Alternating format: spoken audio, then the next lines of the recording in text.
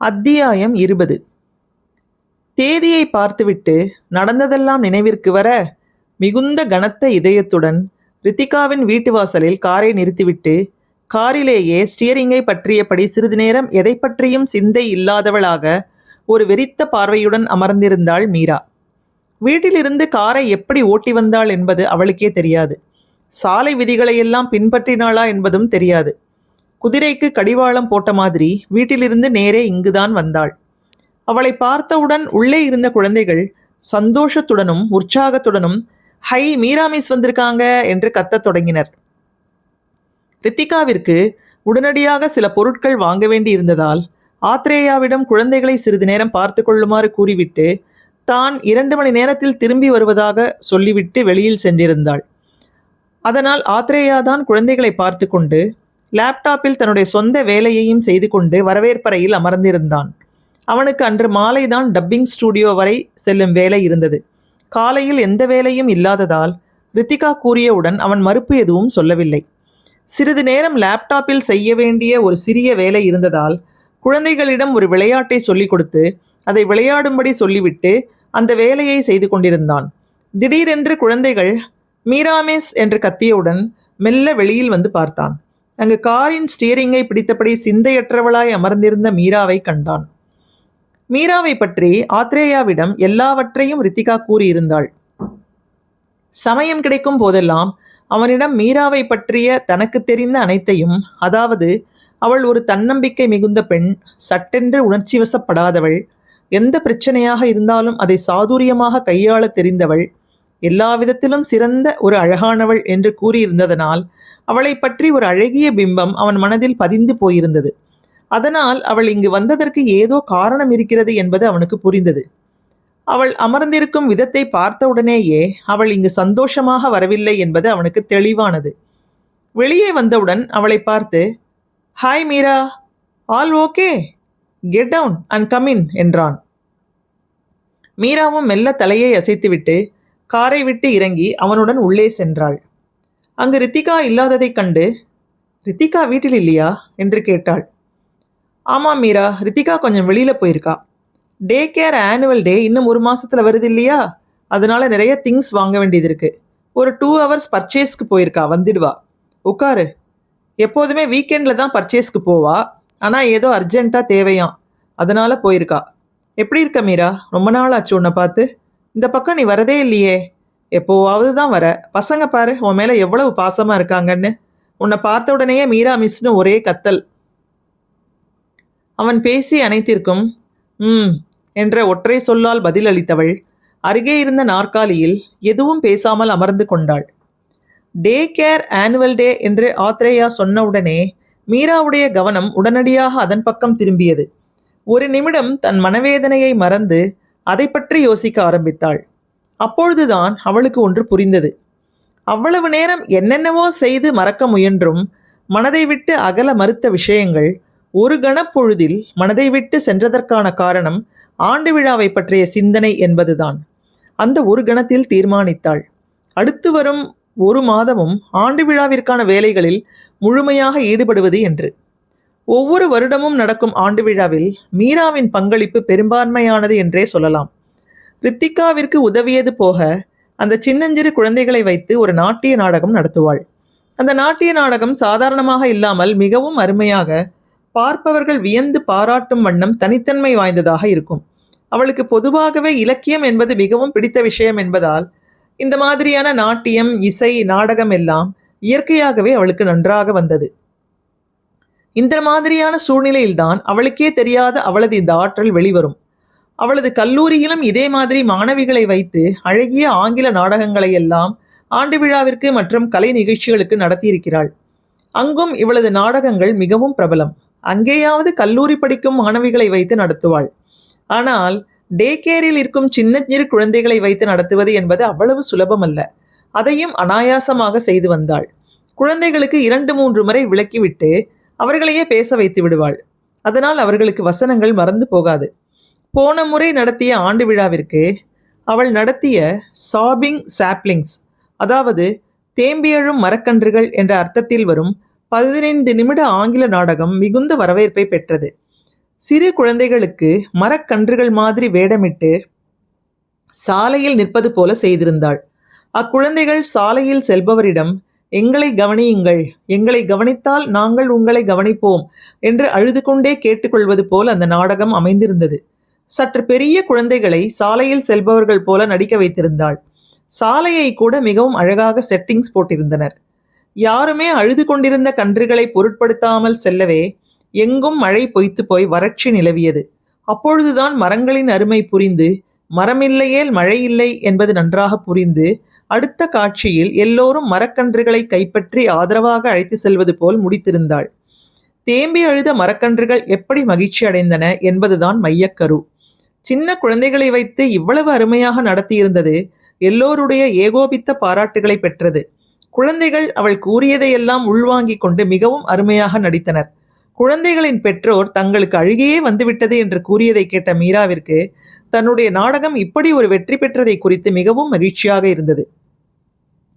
அதிகமாக புகழ்ந்து தள்ளியவர்களில் ஆத்ரேயாவும் ஒருவன். மீராவின் இப்படி ஒரு ஆற்றலை கண்டு உண்மையிலேயே அவன் வியந்து போனான். ஒத்திகை பார்க்கும் பொழுதே அவளிடம், சிறு குழந்தைகளுக்கு ஏற்ற மாதிரி மிகவும் அருமையாக டயலாக் வச்சிருக்க மீரா, இது ரொம்ப யோசிக்க வேண்டிய ஒரு விஷயம். உன்கிட்ட நல்ல திறமை இருக்கு. நான் கூட தேவைப்படும் போது உன்னுடைய இந்த திறமையை உபயோகப்படுத்திக் கொள்ளலாம்னு இருக்கிறேன். என்ன சொல்ற மீரா என்று கேட்டாள். இதெல்லாம் கொஞ்சம் ஓவரா இல்லை? ஒரு அசிஸ்டன்ட் டைரக்டர் குழந்தைகளை வச்சு பண்ணின ஒரு டிராமாவை பார்த்து கேட்கறது கொஞ்சம் ஓவரா இல்லை? இல்லை Meera, you are really talented. அதனால தான் கேட்குறேன். I mean it. Okay director sir. இந்த மீராவின் சேவை டைரக்டர் சாருக்கு எப்போ வேணாலும் கிடைக்கும். போன வருடம் இவ்வாறு நடந்த அனைத்தும் அவளுக்கு ஞாபகம் வந்தது. உடனே யோசிக்கலானாள்.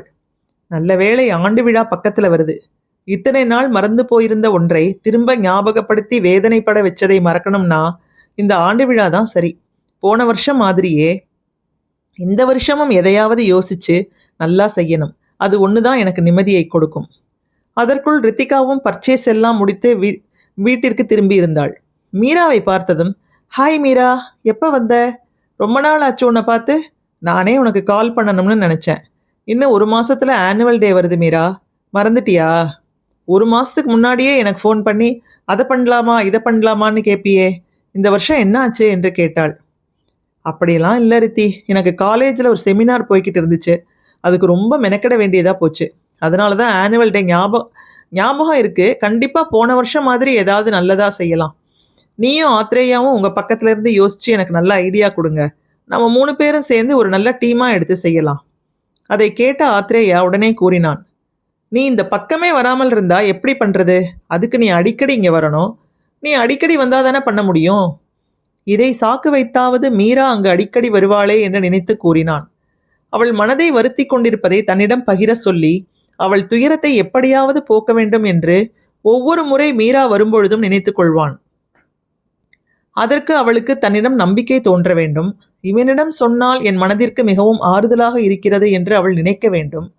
அதற்கு அவளிடம் ஒரு நெருக்கத்தை ஏற்படுத்த வேண்டும். இந்த ஆண்டு விழாவிற்கான ஏற்பாடு செய்வதில் அதை செயல்படுத்தி விடலாம் என்ற எண்ணத்தில்தான் அவளை அடிக்கடி வர சொன்னான். அதை கேட்ட மீராவும், இல்லை என்னால் வர முடியும், ஏன்னா இன்னும் ஒரு வாரத்தில் செமஸ்டர் எக்ஸாம் முடிஞ்சிடும், அதுக்கப்புறம் எனக்கு ஹாலிடேஸ் தான், அதனால தினம் இங்கே வரது ஆனுவல் டே ப்ரிப்பரேஷன்ஸில் உங்களோட சேர்ந்து என்னால் பண்ண முடியும். அத்தியாயம் 21. பிடித்த வேலையை செய்வது சந்தோஷமாக இருக்கவே விடுமுறைக்கு கோயம்புத்தூர் சென்று அம்மாவோடு சிறிது நாட்கள் இருக்கலாம் என்ற யோசனையை மாற்றிக்கொண்டு ரித்திகா வீட்டிற்கு தினமும் சென்றாள் மீரா. ஆண்டு விழா வேலைகள் செய்வதற்கு இருந்தன என்பது ஒரு பக்கம் இருந்தாலும் குழந்தைகளுடன் சிறிது நேரம் செலவிடுவது உற்சாகமாக இருந்தது. அவளுக்குத்தான் அது மிகவும் பிடித்த விஷயமாயிற்றே. தினமும் மாணவ மாணவியரிடம் நேரம் செலவிட முடியும் என்பதற்காகத்தான் இந்த லெக்சரர் வேலையை கூட அவள் தேர்ந்தெடுத்தது. அவளது கல்லூரியில் கூட மாணவியரிடம் நெருக்கமாகத்தான் பழகுவாள். அவள் அந்த கல்லூரியில் லெக்சரராக சேர்ந்த பொழுது அவளிடம் படித்த மாணவியர் இன்னும் அவளுடன் தொடர்பில்தான் இருக்கின்றனர். அது என்னவோ மாணவியருடன் எப்போதும் இருப்பது சுறுசுறுப்பையும் உற்சாகத்தையும் அளிக்கிறது என்பது அவளது ஆழ்ந்த நம்பிக்கை. ஆத்ரேயாவிற்கோ மீரா தினமும் வருவது மிகுந்த மகிழ்ச்சியை தந்தது. அவனுக்கு ரித்திகா அவளை பற்றி கூறியதிலிருந்தே அவள் மேல் ஒரு ஈர்ப்பு இருந்தது. அவள் அடிக்கடி வர ஆரம்பித்ததும் அவனுக்கு தான் அவள் மேல் காதல் கொண்டிருப்பது புரிந்தது. அதை ரித்திகாவிடமும் கூறினான். உன்கிட்ட ஒன்று சொல்லணுமே ரித்தி. என்னடா ரொம்ப பவ்யமா சொல்ற? காதல்ல கவுந்துட்டியா? உன்னை கவுத்தது யாருன்னு சொல்லட்டுமா? மீரா தானே? எப்படி கரெக்டா கண்டுபிடிச்ச ரித்தி? அவளை பார்த்த உடனே உன் மூஞ்சில தான் 1000 வாட்ஸ் பல்பு எரியுதே. அதை பார்த்தப்பவே நினைச்சேன். ஆனா ஒண்ணுடா, நீ எத்தனையோ பொண்ணுங்களை பார்த்திருப்ப. மீரா கிட்ட உனக்கு எப்படி காதல் வந்துச்சு? உனக்கு கல்யாணத்திலேயே இஷ்டம் இல்லைன்னு நான் நினைச்சேன். அதனாலதான் அம்மா எத்தனையோ முறை கல்யாணம் பண்ணிக்கோன்னு சொல்லியும் நீ கேட்கலன்னு நினைச்சேன். அம்மாவும் சொல்லி சொல்லி சலிச்சு போயிட்டாங்க. உனக்கா எப்போ தோணுதோ அப்போ பண்ணிக்குவேன்னு சொல்லி விட்டுட்டாங்க. உனக்கு மீரா மேல காதல் வந்துடுச்சுன்னு கேட்கறதுக்கு ரொம்ப சந்தோஷமா இருக்குடா. Very good choice. Meera is such a lovely woman. அவ மட்டும் உன்னோட லைஃப் பார்ட்னரா வந்தா நீ நிஜமாவே லக்கி கை தான்டா. இதுக்கு என்னோட சைட்லேருந்து உனக்கு என்ன ஹெல்ப் வேணும்னாலும் கேளு. நான் பண்றதுக்கு ரெடியா இருக்கேன். நான் வேணா டைரக்டா மீரா கிட்ட கேட்டுடவா? வேண்டாம் வேண்டாம் வேண்டாம். நேரம் காலம் பார்த்து நான் அவகிட்ட சொல்லணும். அதை நான் பார்த்துக்குவேன். ஒரு சரியான சமயம் பார்த்து அவகிட்ட சொன்னப்புறம் நான் உங்ககிட்ட சொல்றேன். அப்போ எனக்கு ஹெல்ப் பண்ணு. ஓகேடா, என்னோட ஹெல்ப் உனக்கு எப்போ தேவைப்பட போகுது? நீயே ஒரு master minded person. You your self will deal it, I know. நான் வேணா ஒன்று செய்கிறேன். இந்த ஆனுவல் டே வேலையில கொஞ்சம் பட்டும் படாத மாதிரி விலகி இருக்கேன். அப்போதான் உங்க 2 பேருக்கும் ஒரு தனிமை கிடைக்கும். அது ஒருவரை ஒருவர் புரிந்து கொள்வதற்கு உதவியா இருக்கும். அது போக அவளோட நீ நிறைய நேரம் இருக்கலாம். உன்னோட காதலுக்கு இப்போதைக்கு இதை செய்யலாம். ஓகே ரித்தி, இப்ப சொல்லு, நானா மாஸ்டர் மைண்டட் பர்சன்? ரித்திகா சொன்ன மாதிரியே முதலில் ஒரு 10 நிமிடங்கள் அவர்களுடன் இருந்துவிட்டு பிறகு மெதுவாக நழுவி செல்ல ஆரம்பித்தாள். மீரா அதையெல்லாம் பொருட்படுத்தவில்லை. அவளை பொறுத்தவரை அவளுக்கு உதவுவதற்கு யாராவது ஒருவர் வேண்டும். அது ரித்திகாவாக இருந்தாலும் சரி, ஆத்ரேயாவாக இருந்தாலும் சரி. அவனுடன் அதிக நேரம் இருப்பது அவனை பற்றி அவளுக்கு மெல்ல மெல்ல புரிய ஆரம்பித்தது. இந்த வருடம் ஷேரிங் இஸ் கேரிங் என்ற தலைப்பில், அதாவது பகிர்வது பலன் தரும் என்ற தலைப்பில் குழந்தைகளை வைத்து போன வருடம் மாதிரியே ஒரு நாடகம் நடத்த திட்டமிட்டிருந்தாள். அதற்காக ரொம்பவும் மெனக்கெட்டு குழந்தைகளால் இயல்பாக பேசுவதற்கு ஏற்றாற்போல, அதே சமயத்தில் நாடகத்தின் கருத்தும் மனதில் பதிவது போல மிக மிக யோசித்து அழகாக வசனங்கள் எழுதி அதை செயல்படுத்துவதற்கு தயாரானாள். அவளது இந்த உழைப்பு, உற்சாகம், அர்ப்பணிப்பு எல்லாவற்றையும் பார்த்த ஆத்ரேயா மிகவும் வியந்து போனான். அவள் எழுதி கொண்டு வந்திருந்ததை பார்த்தவன் கூறினான், ஃபென்டாஸ்டிக் மீரா, ரொம்பவே நல்லா இருக்கு. நான் தான் சொல்றேனே, உன்கிட்ட மிகப்பெரிய திறமை இருக்கு. நான் முன்னாடியே சொன்ன மாதிரி எப்ப வேணும்னாலும் ஸ்கிரிப்ட் எழுதி தர சொல்லி கேட்பேன். நான் இப்போ அசிஸ்டன்ட் டைரக்டரா ஒர்க் செஞ்ச படம் முடிஞ்சிடுச்சு. போஸ்ட் ப்ரொடக்ஷன் வேலை போய்கிட்டு இருக்கு.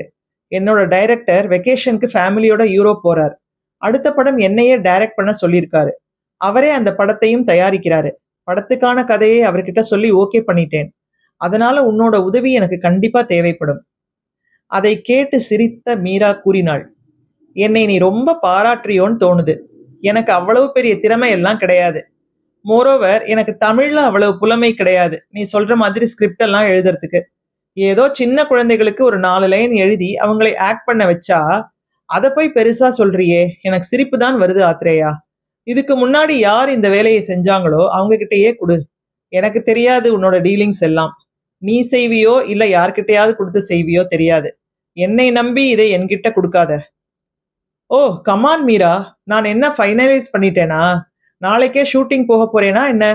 உன்னை ஜஸ்ட் அட்டெம்ப்ட் தான் பண்ண சொல்றேன். உன்னோட பொட்டன்ஷியல் உனக்கு தெரியல. என்னோட உள்ளுணர்வு சொல்லுது நீ ஒரு திறமைசாலின்னு. நீ ட்ரை பண்ணு, அது கண்டிப்பா ஒர்க் அவுட் ஆகும். ஸ்கிரிப்ட் எழுதுறதுல உனக்கு திறமை நிஜமாவே இருக்கு, அது எனக்கு புரியுது. அவனையே சிறிது நேரம் பார்த்து கொண்டிருந்தவள் கூறினாள், அப்படியா? நீ ஒன்னு பண்ணு. நீ கதையை எழுதி வச்சிருக்கேன்னு சொன்னல்ல, அதுல ஒரு 2-3 சாப்டர் எனக்கு கொண்டு வந்து கொடு. அப்படியே ஸ்டோரி அவுட்லைன், கதையோட சீக்வன்ஸ் இதெல்லாம் கொஞ்சம் எக்ஸ்பிளைன் பண்ணு. நான் இதுக்கு மட்டும் டயலாக் எழுதிட்டு வரேன். அதை பார்த்துட்டு நீ சிரிக்காம இருந்தா மேல யோசிக்கலாம். சரிங்க மேடம், நீங்க சொல்ற மாதிரியே செய்யலாம் மேடம். நீங்க முதல்ல எழுதிட்டு வாங்க, it will come out well. உனக்கு லிட்ரேச்சர் ரொம்ப இன்ட்ரெஸ்ட் இருக்கு. அதுக்கு லாங்குவேஜ் ஒரு பேரியரா இருக்காது. அதனால கான்ஃபிடென்ட்டா எழுதிட்டு வா. அவன் அவ்வாறு கூறியதை கேட்டவளுக்கு ஏனோ மனதிற்கு இதமாக இருந்தது. அந்த ஒரு சம்பவம் நடந்து சில வருடங்கள் கழிந்த போதும் அதை பற்றிய ஞாபகம் அவ்வப்போது வந்து அவள் மனதை அழித்து கொண்டுதான் இருந்தது. அந்த அழுத்தமானது ஆத்ரேயாவின் இந்த ஊக்குவிப்பான பேச்சில் சிறிது சிறிதாக குறைவதை உணர்ந்தாள். அவளுக்கும் அவனுடைய அருகாமை, அவனுடன் அதிக நேரம் இருப்பது போன்றவை பிடித்திருந்தது. அதனாலேயே அவளுக்கு பொழுது விடிந்ததும் எப்பொழுது அங்கு செல்வோம், அவனை பார்ப்போம் என்று இருந்தது. அது மட்டுமல்லாமல் அவனுடைய நிறைய குணங்கள் அவனுடன் சற்று நெருங்கி பழகியதில் இருந்து அவளுக்கு தெரிய வந்தது. யாரிடமாவது ஒரு நல்ல விஷயம் தெரிந்தால் அதை ஒளிவு மறைவு இன்றி உடனே பாராட்டுவான். உதவி என்று அவனை கேட்கும்போது எந்த யோசனையும் இன்றி தன்னாலான உதவியை உடனே செய்து விடுவான். உதவி செய்யணும்னு நினைச்சிட்டா உடனே செஞ்சிடணும். அதை பத்தி யோசிக்க ஆரம்பிச்சா அதை செய்யாமல் கூட இருந்து விடுவோம். அதனால் யோசிக்காமல் உடனே செஞ்சிடணும். இதை எங்க அப்பா சின்ன வயசுலேருந்து சொல்லி வளர்த்திருக்கிறார் என்று கூறுவான். இவை எல்லாவற்றையும் விட ஒரு செயல் தனக்கு பிடிக்கவில்லை அல்லது பிடிக்காத செயலில் தன்னை ஈடுபடுத்த முயற்சித்தால் உடனே எந்த யோசனையும் இன்றி முடியாது என்று கூறிவிடுவான். அவனை பொறுத்தவரை you should know how to say no. முடியாது என்றால் அதை உடனடியாக தெரிவித்துவிடும் இந்த குணம் மீராவை வெகுவாகவே கவர்ந்தது. நான் இப்படித்தான், எனக்கு பிடிக்கவில்லை என்றால் எனக்கு அது வேண்டாம் என்று நேரிடையாக கூறுவதற்கு ஒரு தைரியம் வேண்டும். நான் இப்படி கூறினால் அடுத்தவர்கள் அதை எப்படி எடுத்துக்கொள்வார்களோ என்ற தயக்கத்துடன் பிடிக்காத ஒன்றில் தன்னை ஈடுபடுத்திக் கொண்டு வருத்தப்படுவது மீராவிற்கும் பிடிக்காத ஒன்றுதான். இன்னொன்றும் மீராவிற்கு நன்றாக புரிந்தது. தன்னுடன் பழகும்போது அவன் அப்படி என்று காட்டிக்கொள்ளவில்லை. அவனுடைய இயற்கையான சுபாவமே அப்படித்தான் என்பது நன்றாகவே புரிந்தது. அவனுடைய சுபாவத்தை எந்த சூழலிலும் அவன் மாற்றிக்கொள்ள முயற்சிக்கவில்லை, விட்டு கொடுக்க விரும்புவதில்லை என்பதையும் தெரிந்து கொண்டாள். அன்று அதித்தியின் வீட்டில் நடந்த சம்பவத்திற்கு பிறகு எந்த ஒரு ஆண்மகனுடனும் அவள் நெருங்கி பழக விரும்பவில்லை. அதனாலேயே அடிக்கடி சந்திப்பது, கருத்துக்களை விவாதிப்பது போன்ற எதுவுமே ஏற்படவில்லை. கடந்த சில வருடங்களில் ஆத்ரேயாவை சந்தித்திருந்தாலும் அவனை பற்றி இவ்வளவு ஆழமாக அவளுக்கு தெரிந்திருக்கவில்லை. இப்பொழுது தினமும் அவனை சந்திப்பதால் அவளுக்கு அவனை பற்றி புரிந்தது. அவன் மேல் மெல்ல மெல்ல ஒரு ஈர்ப்பு உண்டாயிற்று. அவனுடன் இருப்பது காயப்பட்ட மனதிற்கு ஒரு வடிகாலாய் தோன்றியது. நல்ல மனம் கொண்ட ஒரு ஆண்மகனின் அருகாமை அவளுக்கு மிகவும் பிடித்தது. அதனாலேயே அவன் கூறிய அந்த வேலையை சிரமேற்கொண்டு செய்ய ஆரம்பித்தாள். மிகுந்த ஈடுபாட்டுடன் வசன உரை எழுதி அவனிடம் கொண்டு வந்து கொடுத்தாள். அதை பார்த்தவன் மிகவும் ஆச்சரியமடைந்தான். வாவ், நான் சொல்லல? எனக்கு தெரியும் உனக்கு எவ்வளவு பொட்டன்ஷியல் இருக்குன்னு எனக்கு தெரியும். சூப்பரா எழுதியிருக்க மீரா. நான் சொன்னா நீ நம்ப மாட்ட. இதை எடுத்துக்கிட்டு என்னோட டைரக்டர் சார்கிட்ட போய் காட்டுறேன். அவர் இதை படிச்சுட்டு என்ன சொல்றாருன்னு உங்ககிட்ட வந்து சொல்றேன். அப்பொழுதுதான் அவளுக்கே அவள் திறமை மீது மெல்ல ஒரு நம்பிக்கை உண்டாயிற்று. தனக்கே தெரியாத அந்த திறமை மேல் அவளுக்கு ஒரு வியப்பு ஏற்பட்டது. அவ்வாறு சொன்னதோடு மட்டுமல்லாமல் ஆத்ரேயா அதை எடுத்துக்கொண்டு அவனது டைரக்டரிடமும் காட்டினான். அவரும் அதை படித்து பார்த்துவிட்டு மிகவும் நன்றாக இருப்பதாக பாராட்டினார். என்னையா இது இவ்வளவு நல்லா இருக்கு? ஃபர்ஸ்ட் டைம் ஸ்கிரிப்ட் எழுதுற மாதிரி தெரியலையே. என்னவோ நிறைய கதைக்கு எழுதுற மாதிரி இல்ல இருக்கு நடையெல்லாம். ஒரு படத்தோட நாடி நரம்பு சிறப்பான கதை வசனம்தான். கதை நீ நல்லாவே எழுதியிருக்க. ஆனா அதுக்கான வசனம் மக்கள் மறக்கவே முடியாத மாதிரி நல்லா வரணும். அதாவது அழுத்தமான சீன்ல வசனம் பொட்டுல் அடிச்ச மாதிரி இருக்கணும். அந்த மாதிரி கொடுத்த 3 சாப்டர்லயே நச்சுன்னு எழுதியிருக்கே இந்த பொண்ணு. என்னோட பாராட்டுக்கள்னு சொல்லுப்பா. நீ கதை வசனம் எழுத அந்த பொண்ணுகிட்டயே கேளு என்று புகழ்ந்து தள்ளிவிட்டார். அவன் சொன்ன மாதிரியே அவர் கூறிய அனைத்தையும் அவளிடம் வந்து ஒன்றுவிடாமல் கூறினான். அதை கேட்டதும் அவளுக்கு மிகவும் சந்தோஷமாக இருந்தது. உனக்கு விருப்பம் என்றால் வரியா, அந்த டைரக்டர் கிட்டே உன்னை கூட்டிட்டு போறேன், அவரை பார்த்துட்டு வரலாம் என்றும் கூறினான். கேட்டவள், இல்லை ஆத்ரேயா, இப்போ வேண்டாம், ஆனுவல் டே முடியட்டும், அப்புறம் ஒரு நாள் அவரை சந்திக்கலாம் என்று கூறிவிட்டாள். அடுத்து நிகழப்போவதை பகுதி 9 கேட்கலாம். நன்றி.